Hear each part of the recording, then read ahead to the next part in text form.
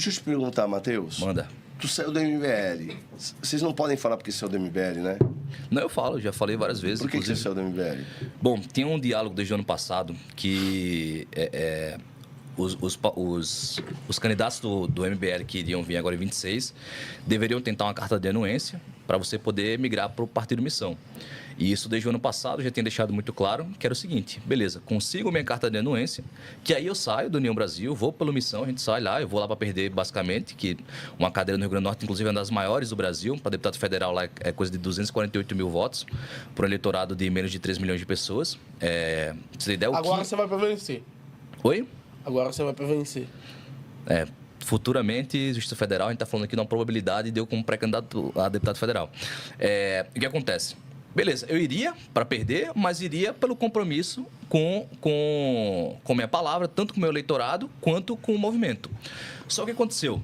Eu falei, consigam a minha carta de anuência. Caso não consigam, eu vou ser candidato pela União, eu converso com a União para me liberar depois de eleito. Beleza, essa conversa estava acontecendo desde o ano passado, estava todo mundo sabendo. Só que o que aconteceu? Depois que começou a tomar mais tração o partido, e o pessoal foi empolgando mais, e o Renan foi tendo mais vontade, foi vendo que as possibilidades dele crescer um pouco na eleição seriam mais prováveis, foi baixar um decreto de cima para baixo, que é o seguinte, meu irmão, ou abre mão do mandato, ou não é candidato e apoia um candidato nosso. E qual é a equação aqui? A equação é o seguinte: eu não venci em Natal por razão do MBL. Eu venci apesar do MBL. Então, quem levou lá o MBL para o Rio Grande do Norte fui eu. E eu não tenho que preponderar não só o interesse do movimento do partido, eu tenho que ter o interesse da população e os meus princípios também. Claro. Porque, eu entrei na política porque eu queria tirar o filho da puta daquele. E hoje eu tenho chance real. Felipe, lá no meu estado, eu sou do União Brasil. Eu não sou base do prefeito, que é do União Brasil, inclusive era o único vereador do MBL a nível nacional que não era base do prefeito. Eu não tenho nenhum tipo de compromisso com o próprio candidato da União Brasil ao governo do Estado, que isso todos os parlamentares do União Brasil lá têm. O candidato se chama Alisson Bezerra, ele é prefeito de Mossoró, e ele é o que mais está apontando nas pesquisas, e a minha candidatura na União não está condicionada a apoiar ele. Eu consegui ter essa abertura também ao preço de que eu não vou receber nada, basicamente, para fazer campanha. Mas eu estou ali, me elegi com minhas redes sociais, vou me eleger mais uma vez, acredito eu, com minhas redes sociais. Daí o que acontece?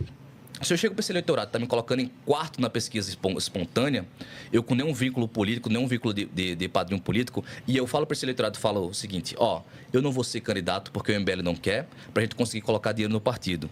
Eu acho que aqui eu estou traindo meu princípio e ter que dar...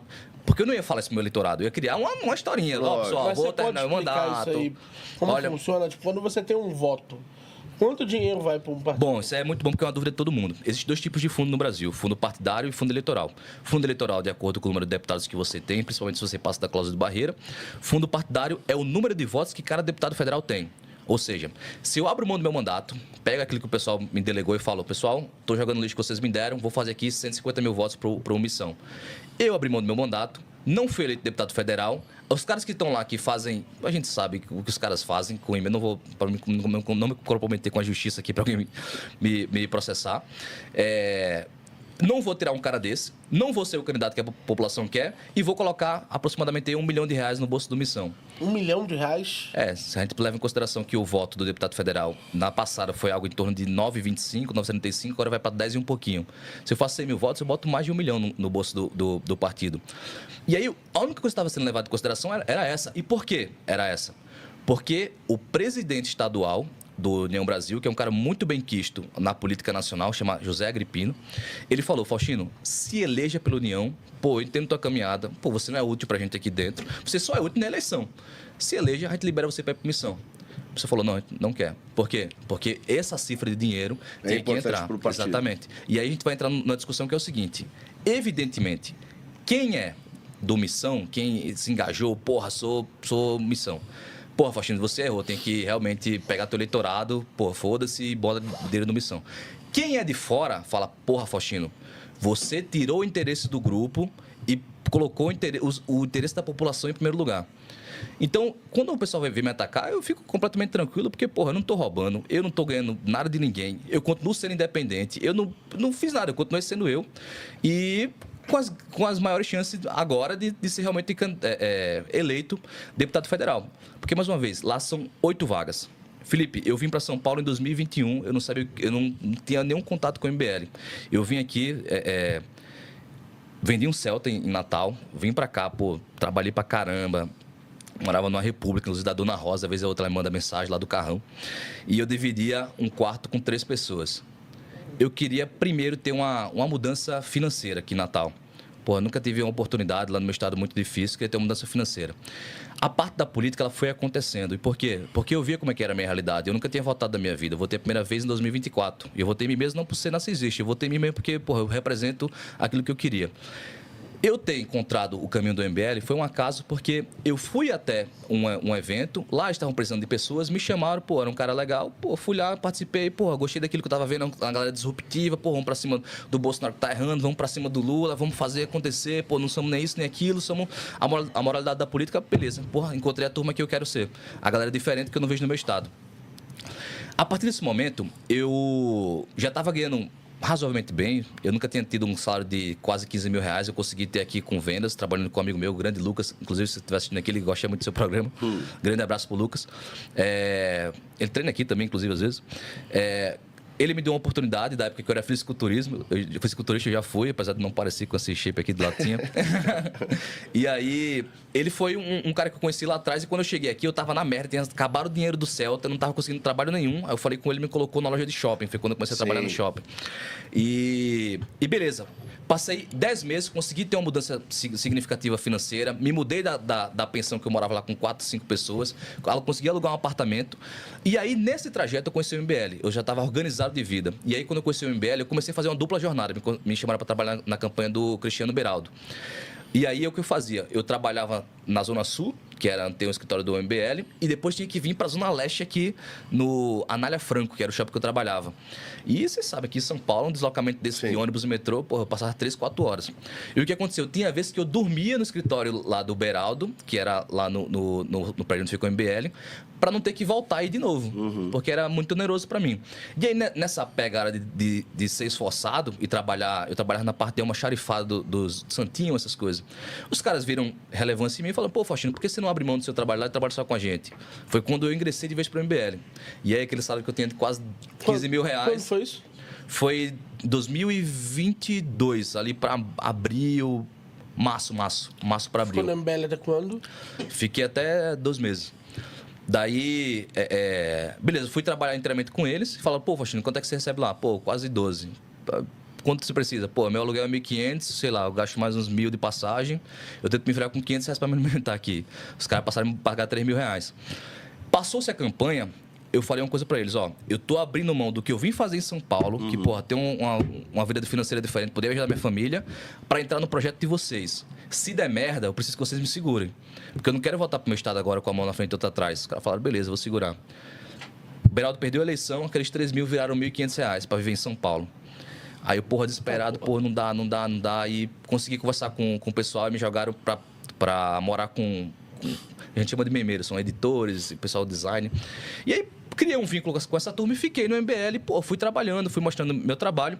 E eu comecei a gravar uns vídeos na Paulista e aí fui caminhando, os meus seguidores aumentando. Eu comecei, acho que eu tinha uns 5 mil seguidores.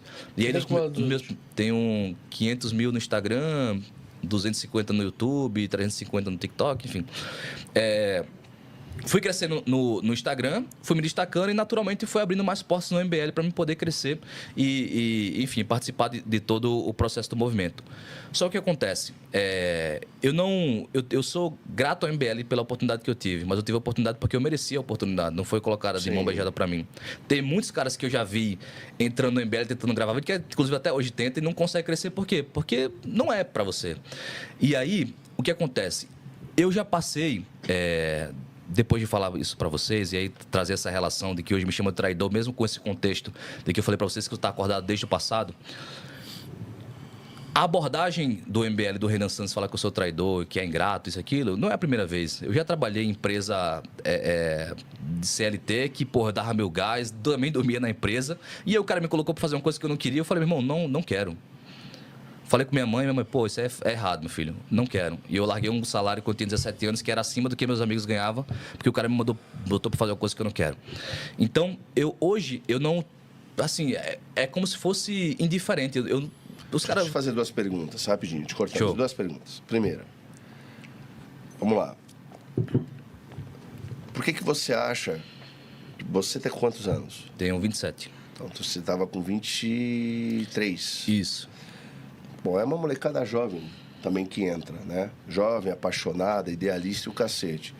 Mas por que você acha que você se sujeitou, à época, sair de 12 para 3 e para 1,5?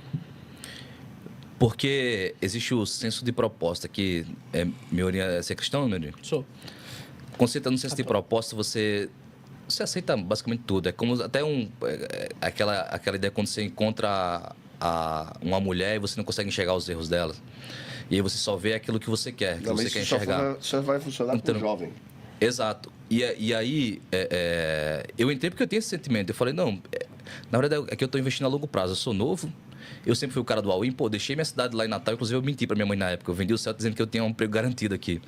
Mas eu sempre fui o cara do all-in. Então, eu falei, não, vai ser só mais um all-in que eu vou fazer aqui e as coisas vão dar certo, porque eu vou trabalhar para que elas deem certo. Só que uma coisa que eu percebi nessa relação e por que você aceita determinadas coisas é justamente pela ideia de que, por vezes, o jovem, ele é um pouco vazio dele mesmo, ele não sabe o lugar dele no mundo, e aí ele vai se encontrando com algumas coisas que na cabeça dele faz razão, ele já encontra aquilo ali como uma verdade absoluta para dentro dele, e aí com o processo que ele vai passando, ele vai amadurecendo determinadas ideias, e aí você começa a observar como as coisas realmente são. E aí eu aceitei essa redução de salário, por exemplo, por essa razão. Eu acreditava que eu estava muito mais lutando por um propósito ideal e que os caras realmente estariam comigo a qualquer custo, do que necessariamente eu ganhar 7 mil, 8 mil reais, 10 mil reais a menos do que eu ganhava antes. Mas você vê que interessante. Se você fosse casado e tivesse 2 filhos, tu não ia aceitar. Exatamente. Ou se a tua mãe precisasse... Se a tua mãe precisasse de 4 mil reais que tu enviasse daquele teu salário, ela precisasse mesmo, inegociável, tu também não podia aceitar. Então, o lance todo é que é um discurso que funciona com uma juventude que consegue ou se sacrificar pelo absurdo, ainda que seja um ideal. Não estou dizendo que o ideal é o absurdo, mas uma forma absurda. Porque, veja, não é necessário obrigatoriamente esse tipo de sujeição, mas acaba sendo imposto, acaba sendo inevitável para estar ali dentro. Isso só acontece dessa forma que eu estou te falando, que é quando a molecada não tem senso de consequência praticamente, ou não há uma responsabilidade maior. Então, a molecada se joga. Você não achou que a história dele é a menos trágica de todos? Porque na sua história, cara, vou ser muito sincero, não tem muita coisa que você está me relatando aqui em relação ao MBL, no sentido de uma distância, um clash. Não, o lance... Aí eu ia fazer, é a segunda pergunta que eu ia te fazer. Dentro disso, aí é o segundo ponto, que eu ia fazer a pergunta. Fiz a primeira, que a gente falou, a segunda. Por que você acha que o MBL... Porque é burrice do MBL. Ele vai perder 1 milhão agora, mas depois ele ganhava 20 milhões contigo. Mas qual é o lance que eu entendo de agora? É melhor ser temido do que amado. Se a partir do momento que eu falo um não e eles me punem, eles dão um recado para quem tá dentro e quer fazer a mesma coisa. Que eu não era o único que tinha esse pensamento de que, porra, dá para sair por um partido aqui e depois migrar para missão. Mas o que impera? O que impera é a vontade que vem de cima para baixo. E aí, se tem uma vontade que vem de cima para baixo como uma ordem, e você nega essa ordem, e você é punido, o grupo deixa muito claro a posição. Ia perder Então, outros federais. 5, talvez. Não, então, calma. Mas aí depende. O partido, porra, toda hora eles falam que são estratégicos. Se eu pensar em estratégia, eu afrouxo agora, que seja para os 5 federais, foda-se. Eu perco agora, mas depois o Faustino no meu time, ele sendo federal e tendo entrado lá, ele agora tem 150 mil votos, um exemplo, né? 200 mil votos, mas depois ele vai ter quase 1 milhão. E aí isso vai me dar 80 milhões, 100 milhões depois, porra. Agora ele já tira o cara na base, um cara que é super, tem uma projeção enorme. Eu não enxergo, não entendo essa estratégia. É uma burrice essa estratégia. Eu continuo achando que é a ideia de você ser temido, porque por exemplo, eu vou dar outro exemplo. É que se tu mudar a lei depois do partido, tu vai ser temido do mesmo jeito. Agora não pode mais, foda-se. Então, mas qual o nível de controle que eles teriam sobre quem dizer ou não, entendeu? Não, ué, por exemplo, você estava na União, depois Não, você se eu entendi. desvincula e vem para omissão. A Eu- partir de agora, ninguém mais pode fazer isso. Quem vem de fora não pode mais fazer isso. Tem que estar Então, vinculado à omissão. Eu entendi, só que aí que vem. Se a decisão deles foi ninguém vai ser, se eu falo não eles acatam a minha, vem cadeia. Todo mundo que era candidato pelo outro partido e não vai ser, ia querer a mesma coisa. E aí que vem. O núcleo iria ficar fragilizado em relação à autoridade. E eu acho que aqui é muito mais a autoridade do grupo. E aí que a gente entra em determinadas coisas de refletir quando você se olha de fora. Porra, quando você se olha de fora, você percebe que você realmente se submete a algumas coisas que naturalmente você não submeteria. E é uma coisa que eu percebi depois de eleito e depois que eu comecei... Porra, eu queria construir minha família, pô, estar mais próximo, etc. Eu fui me desvinculando um pouco mais disso e começando a me enxergar um pouco mais de fora. E por isso que eu disse não. Porque eu vi que não estava sendo correto comigo aquela situação. Sim. E aí eu começo a fazer sentido outras coisas na minha cabeça, em relação a isso ainda, do jovem, do cara que é desprendido, não tem família, etc. Eu lembro que quando eu estava dentro do MBL ainda, eu tava construindo uma relação de um namoro com a moça, e aí o próprio pessoal queria que eu não fizesse isso.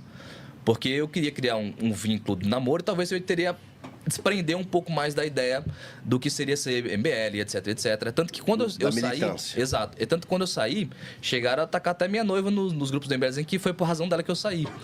Tipo John Lennon. Tô ligado, tô ligado. Tipo isso. Então, é muito mais os laços que você faz para fora que talvez tire um pouco mais você dessa margem que você só fica cego de enxergar o que o núcleo quer, o que o partido quer, o que o movimento em si como um todo quer. E aí eu falo, porque é muito mais sobre temer do que amar. Porque a partir do momento que o cara fala, e ele é duro, meu irmão, é isso. E você fala não, e ele fala, beleza, cortamos você. Todos os outros nem sequer cogitaram mais essa ideia, porque estava sendo cogitado. Quem está ali dentro sabe. Não era o único candidato que estava cogitando isso. Só que eu era o único que falava. O resto ficava falando ali, por bastidores, etc. E a grande verdade é que as pessoas que recusaram não ser candidatos, recusaram dando goto seco. Então, não era real vontade delas ali. Então, isso gera uma relação baseada só no medo. E como é que é uma relação baseada no medo se a gente fala que a gente é uma família, que a gente é amigo, que a gente é irmão? Quem é que manda lá no MBL? Renan, o irmão dele. São eles os que mandam mesmo lá. Sim. Cara, eu não me convenci, sabia? Isso aqui? Eu acho que tu volta. Aí, ó. Eu queria dizer pros ex-MBLs que estão aí, não me convenceu, cara. Que você não volta pro MBL daqui a um ano. Tu Não me voltaria convenceu. pro Não, MBL? sem chance nenhuma. Por quê? O que te decepcionou a ponto de você dizer que não volta? Porque, por conta dessas relações, quando você percebe como elas são dadas, é como você voltar com a ex que traiu você, mas ela no final do dia falava, não, amor, eu amo você, foi uma recaída minha. E como é que eu enxergo isso? Eu vou dar mais um exemplo de relação humana mesmo. Em 2024, tinha o meu aniversário, tinha acabado de voltar, fazia uns 9 meses que eu tinha voltado para Natal. Meu público era muito mais nacionalizado, muito mais São Paulo, muito mais Rio. E o que aconteceu? Como eu estava há pouco tempo na cidade, não consegui trazer muitas pessoas para um evento que o MBL ia fazer. E aí, dentro desse evento, ia vir o Renan, o Kim, o Arthur, o Guto, e eu tinha pedido para vir o Costinário também. Era meu aniversário. Daí, como eu não consegui colocar muita gente, o Kim já desistiu de ir. Aí o Renan ficou doente. Eu quero acreditar que ele ficou doente. E aí veio só o Arthur e o Guto, eles nem sabiam que era meu aniversário. E veio o Costinário. Então, uma coisa que eu pensei naquele dia, até fiquei puto, eu gostei bastante do Costinário, eu falei com os caras quando chegaram lá, com a galera que organiza. Eu cheguei pra ele e falei, irmão, vocês fizeram errado, velho. Se a gente tem um time, se tivesse 10 pessoas aqui, tinha que vir todo mundo. Mas só porque não teve o número que vocês queriam, o Kim não quis vir, o Renan ficou doente. E aí o Costinário tava lá comigo. Então, é nesse nível de relação que eu percebo que é muito mais o valor que eu posso ter, ir olhando agora em real para o partido, do que necessariamente o que eu significo para o partido. Eu nunca participei de nenhuma decisão de nada dentro do MBL. Geralmente é só, beleza, é isso, façam isso. E a posição de me colocar, por exemplo, como deputado federal eleito pela União Brasil, eu iria ter, em níveis de cargo, de político, mesmo o cargo do Kim Kataguiri. E se eu me rebelasse? Eu acho que talvez seja essa ideia. Por isso que eu falo que é muito mais sobre temer do que amar. Porque a partir do momento que ele fala, meu irmão, foda-se o que você é o que a gente vai querer. Aí você é desconstruído como um ser que pensa, como um ser que consegue fazer um raciocínio e consegue compreender o que é certo e o que é errado, e você começa a relativizar muitas coisas. Vou dar outro exemplo disso, que muita gente discordou dentro do MBL, mas ninguém botou para fora. Quando o Kim declina de ser candidato à prefeitura, que foi uma sacanagem que fizeram com ele, muito evidente, a União Brasil fez uma sacanagem com o Nikita Guedes. Ok, Kim saiu como vítima. Mas a partir do momento que do nada o Kim levanta, junto com o MBL, que vai apoiar o Ricardo Nunes, porra, o que aconteceu? Ninguém foi avisado disso. E a gente fala, beleza, Ricardo Nunes é um cara completamente convencional, político convencional, pô, de centrão. Mas aí a gente justifica, porque a gente tá de dentro, e a gente cria um auto-engano. Não, é estratégico, porra, não é bem isso, tal. Então você vai... Isso é um exemplo. Mas isso acontece diversas vezes para outras coisas. E aí quando você sai, você começa a interpretar isso, você fala, porra, eu não tava pensando por mim, eu tava pensando através do meu medo. Ou era aquilo, ou... Tu acha que eles terem anulado lá, omitido o voto em 2022, foi bom ou ruim? Eu acho que foi certo ou errado? Em primeiro turno, eu acho que foi certo. Por quê? Eu falo isso porque provavelmente seja o que eu vou fazer, tanto para governo do meu estado quanto para presidente. Felipe, eu não vou chegar para um cara que eu não confio e vou dizer, meu irmão, vamos pedir voto para ele, vou dar meu nome para você. Primeiro turno, acho que não tem que pedir para ninguém. Exatamente. Mas agora, segundo turno, eu acho que é qualquer um pelo PT. Seja Zema, seja Flávio, Tu seja votaria Renan Santos contra Flávio Bolsonaro? No segundo turno? Se você gostou do vídeo, inscreva-se no canal e não esqueça de deixar o seu like.